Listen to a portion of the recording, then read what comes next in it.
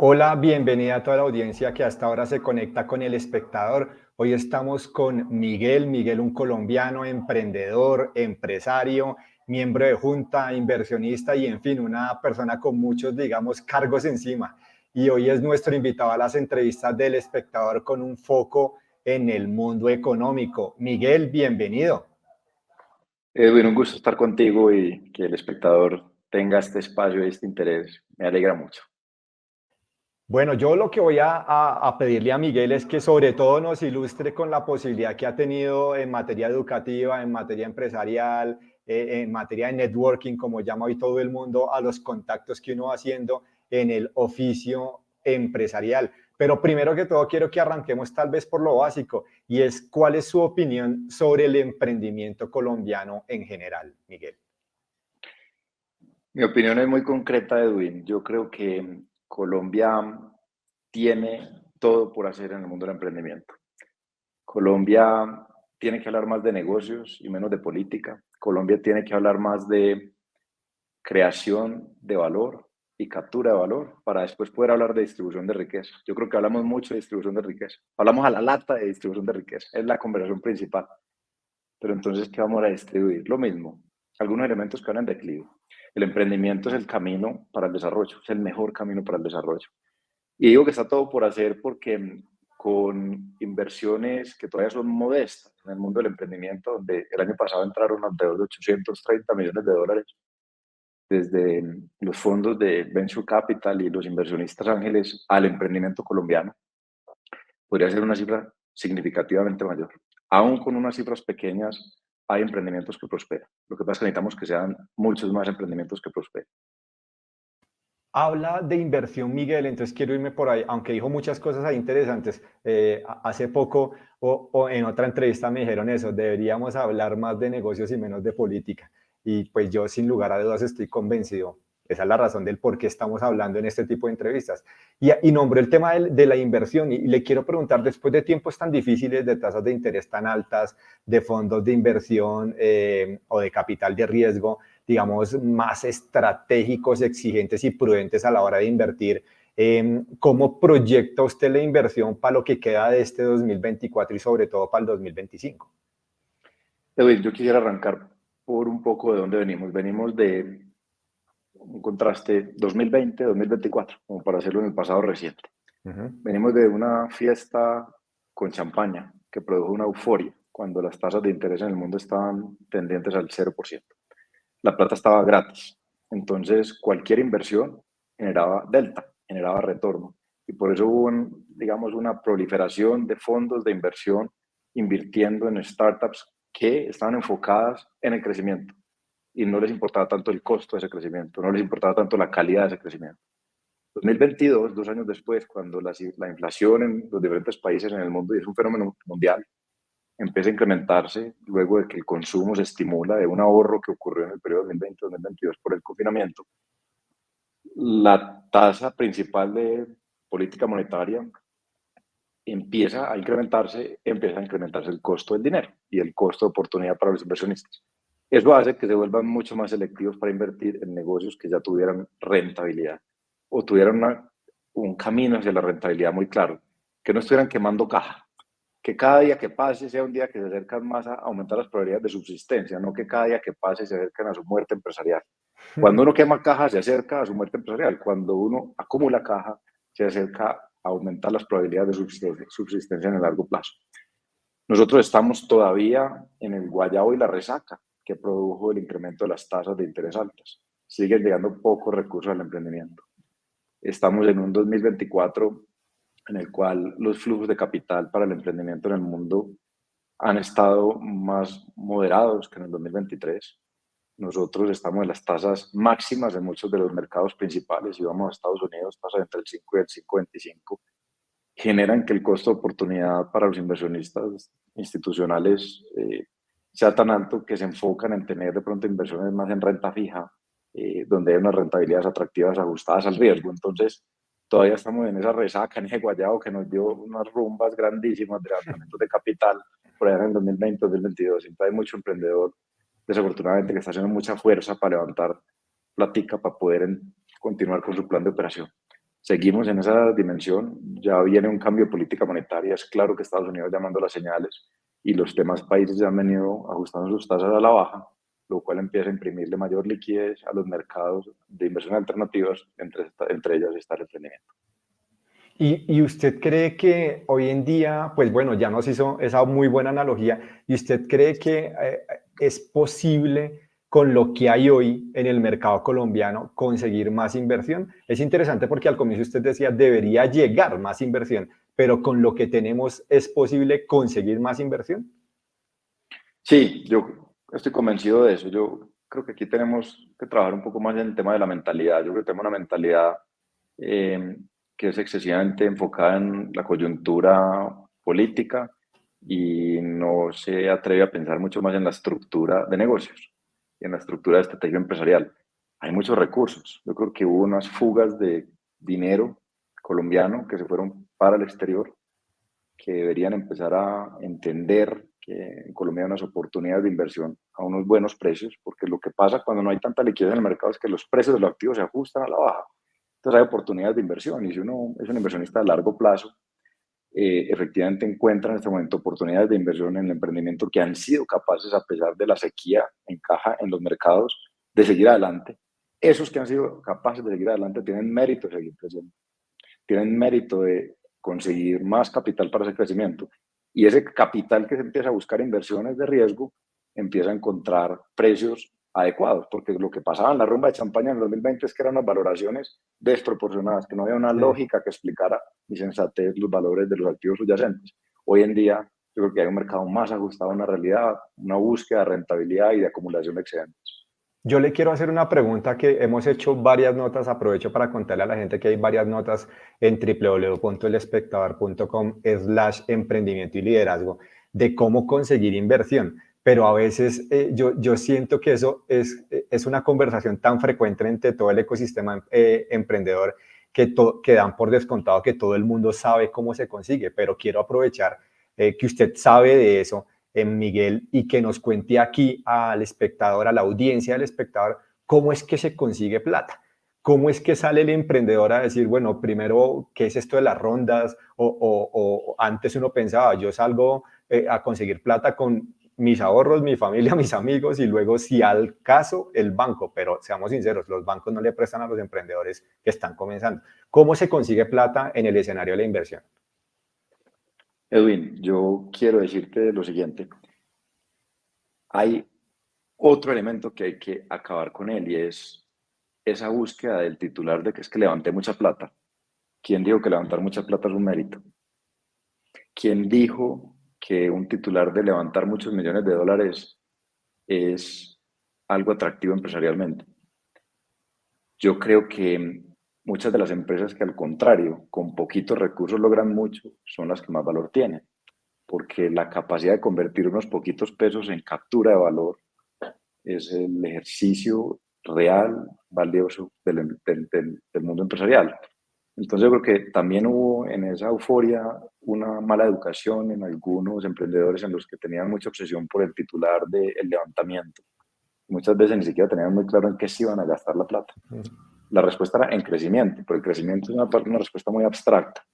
Y además el crecimiento siempre tiene que estar acompañado de calidad de crecimiento.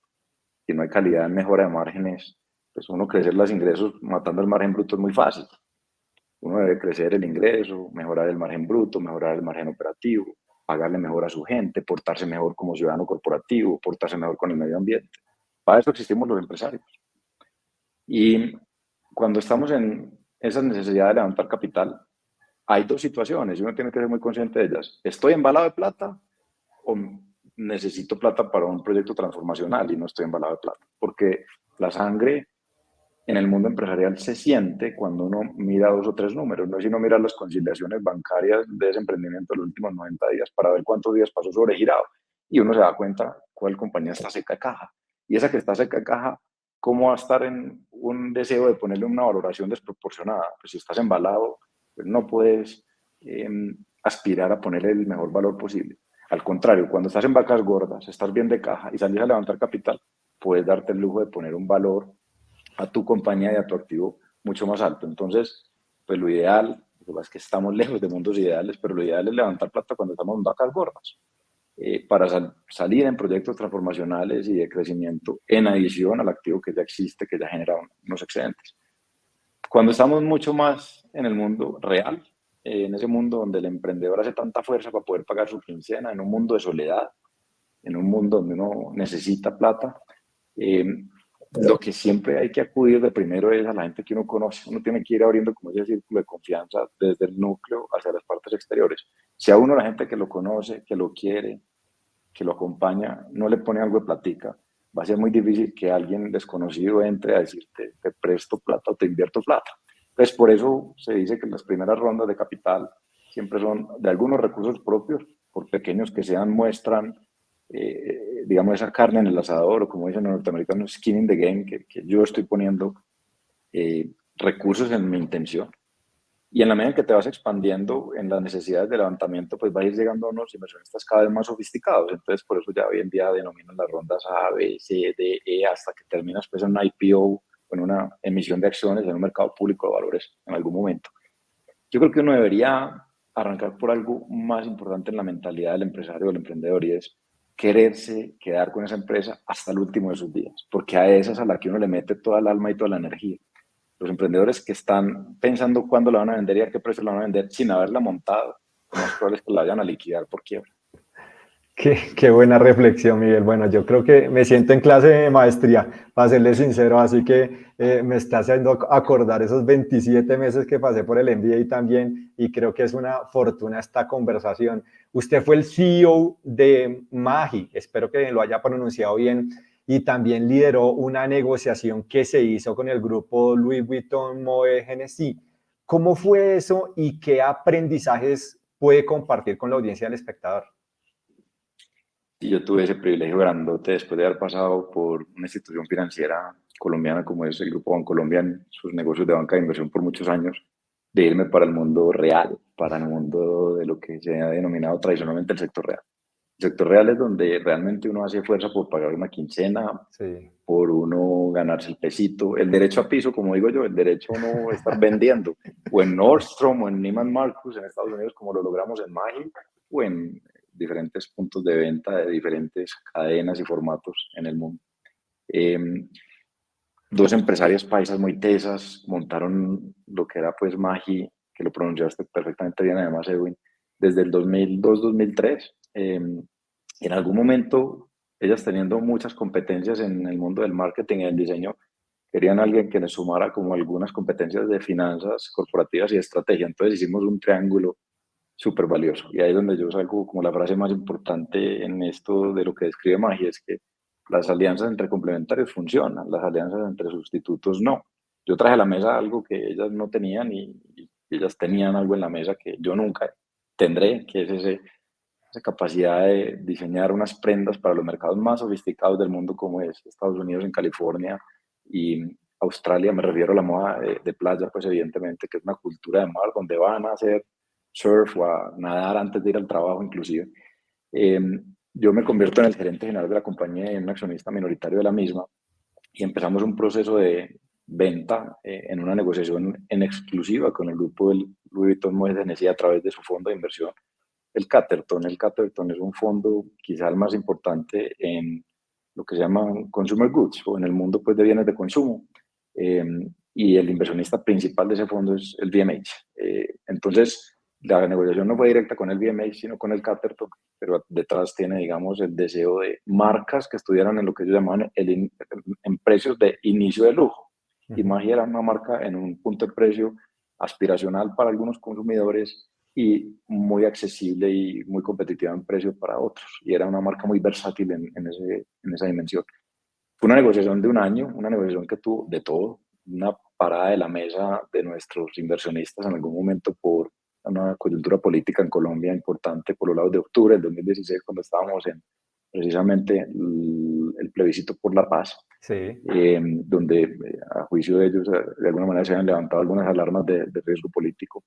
Después se calma, y como en Colombia también las cosas se calman, las cosas pasan, no todo lo bueno se queda bueno, no todo lo malo se queda malo. Lograron volver a sentarse con nosotros en la negociación en marzo del 2017, logramos vender más del 51% de las acciones de la compañía al fondo. Es una negociación muy soñada porque yo siempre he tenido el anhelo y lo sigo teniendo, que Colombia sea un hub creativo para el grupo Louis Vuitton Moet Hennessy, porque aquí hay talento y unos precios muy competitivos para todo el mundo de creación de marcas, de marketing digital, de diseño de pasarelas, de diseño de vestuario, de diseño de interiores, de una cantidad de cosas que yo creía de alguna manera que la punta de lanza de este negocio era que el VMS de alguna manera pudiera llegar con más potencia. Yo en el 2018, un año y medio después de haber vendido la compañía y haber sido el líder de esa negociación para mis jefas, que eran mis empresarias, Ujú. eh, tuve que renunciar por motivos personales, entonces desde ese momento pues le perdí un poco como el hilo a lo que ha venido ocurriendo con Magia, a pesar de tener una amistad muy estrecha con mis ex Bueno, socios. gracias por compartir eso porque uno sabe, entiende que a veces no se pueden contar muchos detalles, pero siempre en el mundo de los negocios uno va a querer saber cómo terminaron esos casos exitosos. Habla usted de fondos de inversión, de quién está detrás poniendo la plata y entonces le quiero preguntar qué es No Name, qué es lo que hacen ahí. No Name es una nota. No Name arrancó en el 2020 siendo una cosa, hoy es otra. En el 2020 lo que decíamos es, hay una cantidad de compañías en Colombia, pequeñas y medianas, que tienen el mérito de que el mundo las conozca. Como digo yo, un poco en esa apreciación coloquial, algo paisa, gallo tapado, algo que no ha sido expuesto al mundo. Hay muchas empresas en Colombia que tienen el mérito de que sean conocidas por el mundo. Entonces decíamos, ¿qué le hace falta a las empresas? Y hay una falla de mercado. El mejor talento humano posiblemente está, o el más preparado está, o emprendiendo, o trabajando para una gran corporación, o para una multinacional. Difícilmente el mejor talento o el más preparado llega a las pymes. ¿Cómo hacemos que el talento llegue a las pymes? Y lo que hicimos fue ponerle talento a las pymes colombianas para ir a ejecutar, a remangarnos con los empresarios de esas pymes y que esos nos pagaran con lo que podían. Lo que podían era con acciones, no con caja. La caja era precaria en el 2020, donde estábamos ahorrando lo que pudiéramos porque no sabíamos de la incertidumbre de lo que era la pandemia de los confinamientos. Fue una solución de mercado muy valiosa. En el 2022 decidimos darle la vuelta y convertirla en una casa estructuradora de negocios. Somos asesores de finanzas corporativas para hacer que las cosas pasen en fusiones, adquisiciones, levantamientos de capital, levantamientos de deuda. Desde el 2020 hasta este momento hemos levantado o hemos hecho negocios entre fusiones, adquisiciones, levantamientos de capital y de deuda y estructuraciones financieras que superan 250.000 millones de pesos más o menos. Muchos de ellos son pymes, pymes que en las finanzas corporativas han tenido cierta soledad. Entonces ha sido muy bien valorado y apreciado lo que hacemos. Hacemos y no decimos y recorremos la milla extra con esos empresarios. Interesante ese caso. Miguel habla mucho de la caja y me acuerdo que y habló del 2020, y me acuerdo que cuando arrancó la pandemia entrevistaba yo a Bruce McMaster, el presidente del gremio de los industriales en Colombia, y él me decía, Edwin, la variable más constante que identificamos en todos nuestros empresarios e industriales es que la caja solo les daba para 2 semanas. Imagínense cómo estábamos de ahogados. Entonces, claro, cuando yo escucho a Miguel hablar de la caja, pues uno piensa, de verdad lo que vimos en la pandemia fue tremendo y logramos sobrevivir. Miguel, usted es el nuevo integrante de los inversionistas en el conocido programa Shark Tank Colombia, más allá de lo que va a pasar en ese show televisivo que es muy interesante. A mí, pues personalmente me gusta verlo. Quiero que usted nos diga en qué se fija a la hora de invertir en un emprendimiento, qué detalles tiene en cuenta, le importa solo el número, le importa más el emprendedor. Usted es muy numérico, lo hemos escuchado en toda la entrevista. ¿Qué es lo que más se fija y qué tiene en cuenta a la hora de invertir en un emprendedor?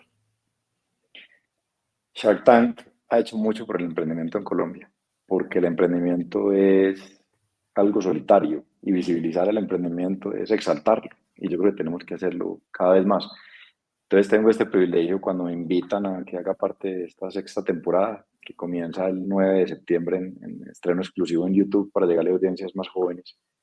A mí me cogió la luz cuando me invitan, yo dije, de una, me parece una nota, me parece que es un reto para mí salir un poco de la privacidad en la que vivo, a exponerme a algo públicamente, pero yo creo que ante algunos privilegios, mayor responsabilidad, hay una responsabilidad de compartir con una audiencia para que el emprendimiento sea ese camino.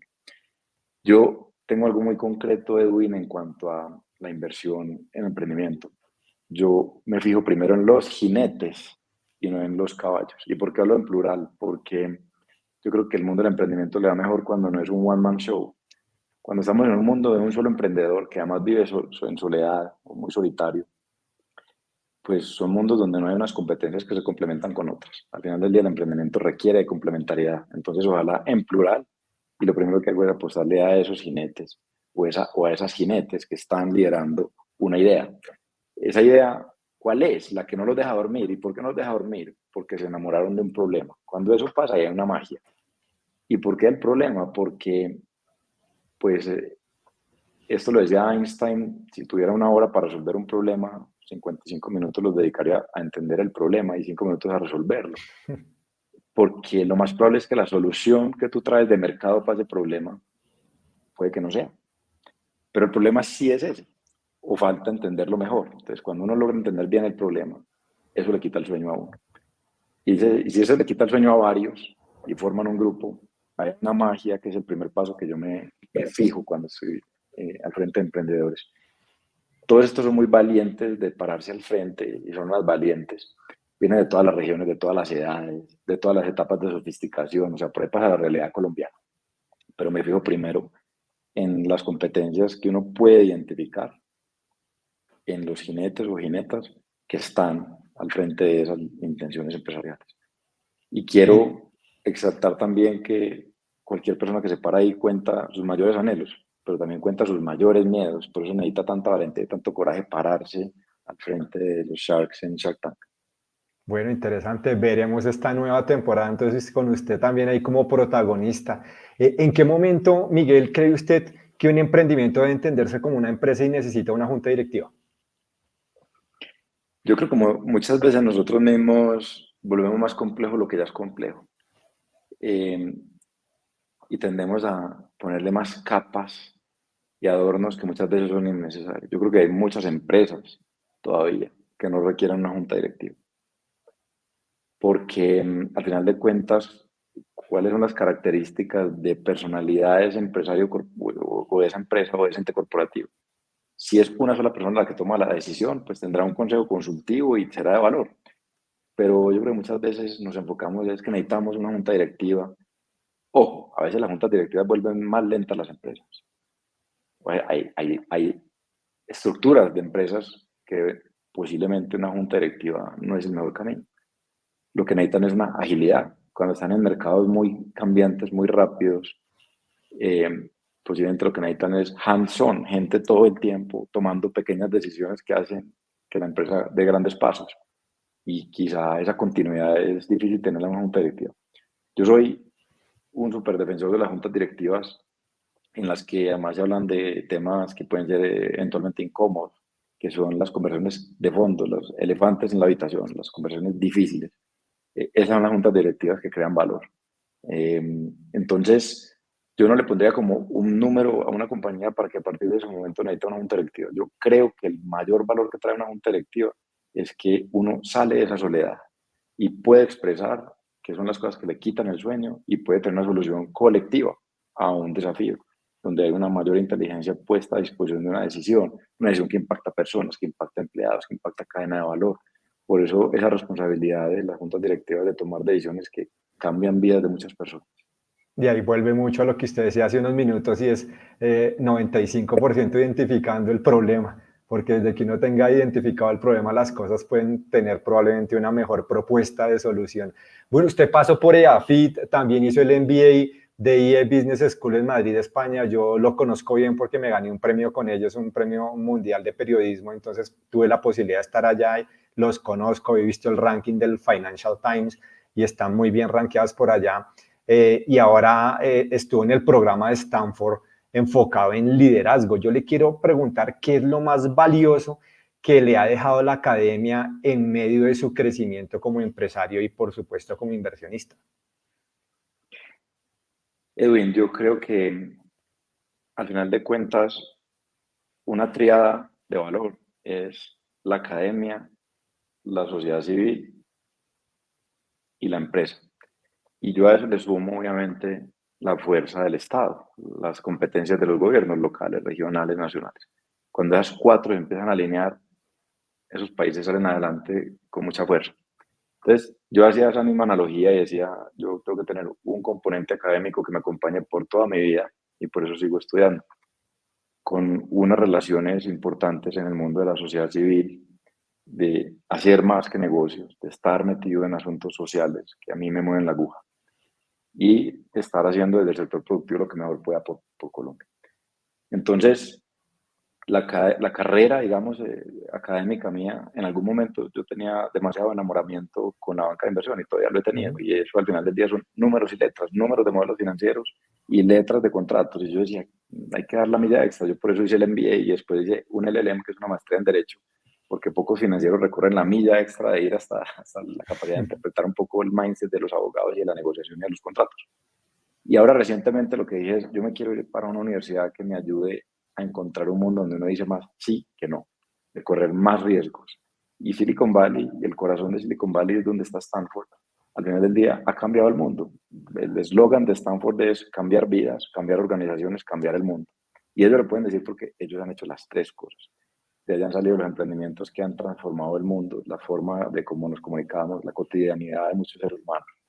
Entonces me fui a hacer un programa muy especial que me trajo grandes aprendizajes y muy enfocado en lo que es ese ADN mío y es que un líder al final de cuentas tiene que hacer lo correcto y hacer lo correcto no es lo popular, no es para un aplauso, hacer lo correcto es tomar decisiones muy difíciles que solo los líderes son capaces de tomar.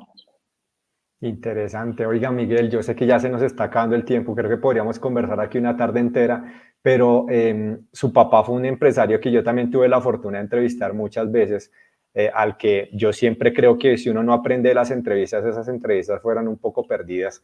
Entonces también le agradecí muchas veces porque lo escuchaba cómo manejaba la organización que lideraba y me dejaba reflexionando y yo pensaba mucho después de que hacía esas entrevistas, más allá de publicar literalmente lo que decía entre líneas, era lo que lo dejaba uno pensando y le quiero preguntar por eso y es, ¿qué le dejó su papá más allá obviamente de esa posibilidad de compartirlo como padre? ¿Qué le dejó en ese aprendizaje del mundo empresarial, del sentido social que tenía, de la generación de valor a la sociedad, de no solo pensar en un evita y en una utilidad, sino de pensar que había que hacer las cosas bien para que fueran sostenibles, cumpliendo las normas, pero sobre todo agregándole valor a la sociedad? Yo lo recuerdo todos los días y me hace una falta muy grande, Edwin. Él falleció hace 6 años. Y mi padre, del día que murió, pues cuando yo puse como algún mensajito, dije, voy a hacer todo lo humanamente posible por honrarte hoy y siempre. Y yo creo que trato todos los días de hacer eso que él me enseñó y es, yo diría que son tres cosas. A tu pregunta, una es mirar a los ojos y decir la verdad. O sea, al final de cuentas, uno tiene que ser capaz de decirle a un cliente, este es el mejor negocio que usted puede hacer y volverlo a mirar en 3 años y haberle dicho la decisión correcta para el cliente, la decisión correcta para una sociedad, la decisión correcta para un grupo de empleados, la decisión correcta en la vida personal eh, y mirando a los ojos. Segundo, ese mundo de no coger unos atajos y unos bypasses. Yo creo que uno tiene que dormir tranquilo y esto era muy inspirado él por Nicanor Restrepo, que en paz descanse, y es, tenemos que hacer todo lo que nos permita dormir tranquilos. Y yo creo que cuando uno coge bypasses, hace un movimiento violento en el camino, eso, luchaditos sabe mejor, las cosas luchaditas saben mejor, pero luchaditas por el camino de la legalidad, por el camino de pagar los impuestos, de hacer las cosas correctamente, de portarse bien con la gente, con los consumidores. Eh, Eso es lo más valioso. Y tercero, yo creo que frente al relacionamiento de la empresa con la sociedad, estará muy inspirado pues mi padre y mi Carlos Restrepo también, que en paz descansen ambos. Una empresa no prospera en una sociedad que falla. Eso a mí me quedó muy marcado de por vida. Una sociedad tiene que salir adelante para que la empresa prospere. Y por eso yo digo que la empresa tiene un rol importante. El principal es generar unas utilidades para tener con qué generar más empleo, impactar más positivamente en la sociedad, traer productos más competitivos a mejores precios. Pero definitivamente tiene que hacer más que lo obvio, más que crear empleo, más que pagar impuestos. Lo que pasa es que la empresa sí tiene que enfocarse en primera instancia a la acumulación de riqueza. Interesante. Y con esta sí terminamos, Miguel, que de entrada hoy dando las gracias por compartir el tiempo suyo con la audiencia del espectador, con mis compañeros de producción y por supuesto que conmigo de tener esta conversación sobre el mundo empresarial, el mundo del emprendimiento. Y es, uno siempre les pregunta a ustedes cuando los ve, pues consejos. ¿Cuáles son los consejos para los emprendedores? Sea el empleado que quiere emprender y no se ha lanzado, o la persona que lamentablemente perdió su trabajo y le tocó emprender por necesidad, o el que definitivamente ha tenido esa vena emprendedora toda la vida y ha intentado muchas veces, pero pues se ha quebrado más de las que ha logrado cruzar el llamado Valle de la Muerte. Tírenos esos consejos como que tal vez podamos, yo sé, cada mundo es distinto y cada persona es distinta y cada caso es distinto, pero de pronto esas variables frecuentes que todos deberíamos seguir para no embarrarla en el intento. Yo te diría que hay dos cosas que son las principales y pueden haber muchas más aristas, pero donde yo me enfocaría en la responsabilidad tan grande que amerita cuando uno da un consejo sobre emprendimiento es, ojo que el mundo del emprendimiento, si es muy sexy la palabra emprendimiento, es muy atractivo, es muy seductor, pero en la realidad es de un esfuerzo emocional muy fuerte. Es decir, para uno tener una buena gestión empresarial, tiene que tener una buena gestión emocional, es de mucho sub y baja, de mucha euforia y de muchas tusas. Tiene las dos cosas mezcladas y pueden ocurrir el mismo día.